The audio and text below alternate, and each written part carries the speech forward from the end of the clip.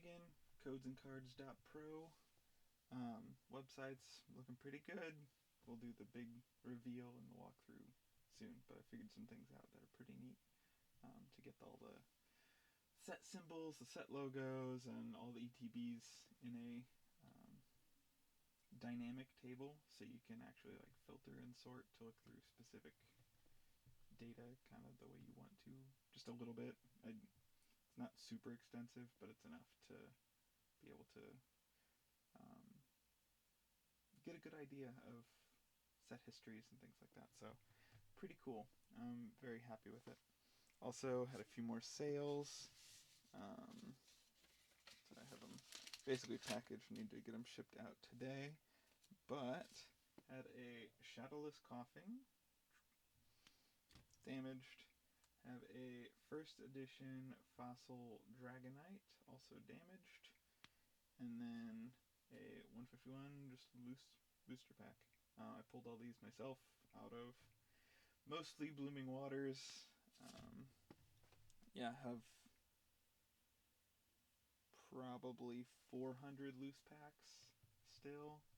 And then maybe, let's see, 6 times, about 30, 36 Blooming Waters sealed boxes still. I opened the most damaged boxes, so the ones that had rips or tears in it, and just kept the ones that were looking really good. Just went ahead and kept those sealed. They take up a lot of space. I'll probably end up breaking them down. I don't know. It depends on how the website stuff goes and if sales really pick up from once I get that launched, and if I keep up with all the social media stuff and everything else. So I'll have to figure out all that strategy, but really happy with how the website's looking. So it's been quite a bit of work to get that to a place where I'm happy with it, but I'm almost there. Getting really close. Oh, but I don't have too much to talk about today. Just gonna... honestly, I'm probably gonna talk about the same topics that other people have already covered. The PSA10 Illustrator. There's so much controversy with that thing. I genuinely am surprised that...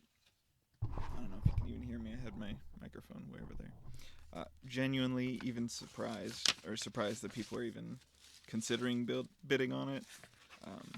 I have to assume that the people bidding aren't aware of the controversy, and if they are aware of the controversy, I don't know. For those of you that aren't aware of the controversy, there are several different things. First was the website that was started by the famous guy. I'm not going to say his name because I don't want to promote someone like that.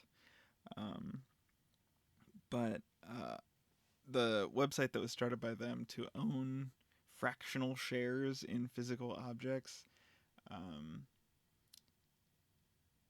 a bunch of people bought into this PSA10 Illustrator and either got paid out hardly anything, took a loss, or didn't get paid out at all. Anything that happened. And the influencer that shall not be named originally had it priced at, I forget what it was, like $5 million or something, and sold half, 51% ownership in it. So made like $2.5 million back. But then, like, the card was supposed to belong to all the people that purchased into it. But then that influencer ended up just purchasing the card back from the company, supposedly at $250,000, which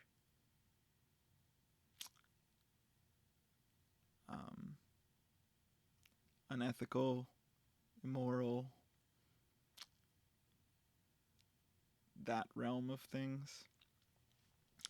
Regardless of how business strategies work, if the company is failing and they have to liquidate assets for a discount, like, sure, that's a business strategy, but when it comes down to it, an influencer who has 8 figures, it, they knew what they were doing, and it's very disappointing to see that. So that's the primary controversy with the card.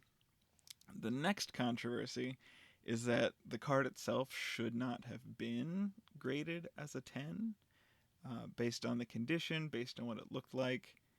Um, it very clearly was not a 10. And TCAGaming did a really good video on like covering the card and showing it at Golden, because it's listed on Golden auctions, um, showing the condition that it was in, like, and the actual photos of it.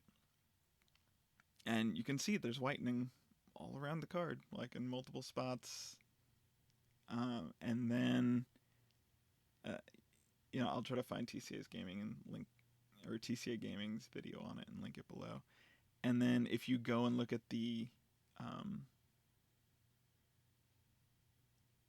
listing now, they reholdered the card, which means they took it out of the original PSA graded case, and they clearly cleaned it.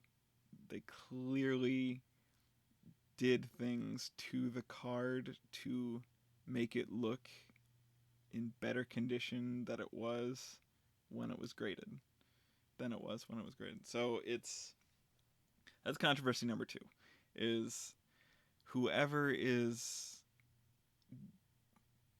bidding on this card might not be aware that they're bidding on something that isn't truly in the actual condition that it was originally in. And this happened mid-auction too. Like, so the people are already bidding on the card, and then during it, it got taken out of the case, cleaned, and put into a new case. And that,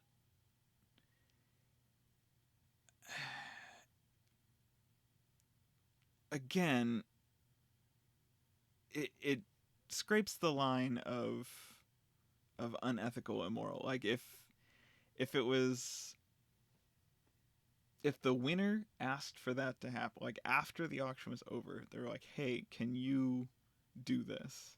And paid a little extra, whatever it was. Sure, still slightly controversial or whatever, but not as much because they already paid for the condition that it was in. But to have it happen mid-auction is very, very strange. It's it's one of those lines that, like, even as a business owner, you don't want to cross that line. And I get when you have a $1 billion business, $1 million or $10 million, like, that's not a significant amount. Like, even if there is some controversy around it, honestly, that probably spreads more publicity than the resulting potential damage to your reputation would entail. But still, that's such a risk. And maybe that's just me not understanding that higher tiers of business and higher levels of how organizations and businesses operate, but that it just seems wrong to me. Like, it seems like a line that a normal person that actually cared wouldn't cross. And so it's hard for me to see it as anything other than an attempt at trying to mitigate, whoever the winner actually is, trying to mitigate their frustration and realization that the card wasn't actually deserving of the grade that it received. And so it's a very strange situation. I'm sure it happens all the time with many different things, but just because this one happens to be in the Pokemon space, and that's the space that I'm in, it just makes it more visible to me. So, I don't know, just one of those strange things that doesn't happen too often. Well, and I mean, honestly, it probably does happen all the time, but I'm just not aware of it. Like, another thing is the Magic the Gathering controversy with the secret layers and how it's all allegedly, because the lawsuit hasn't continued yet. But honestly, regardless of whatever the judicial system says, which in the United States these days isn't the most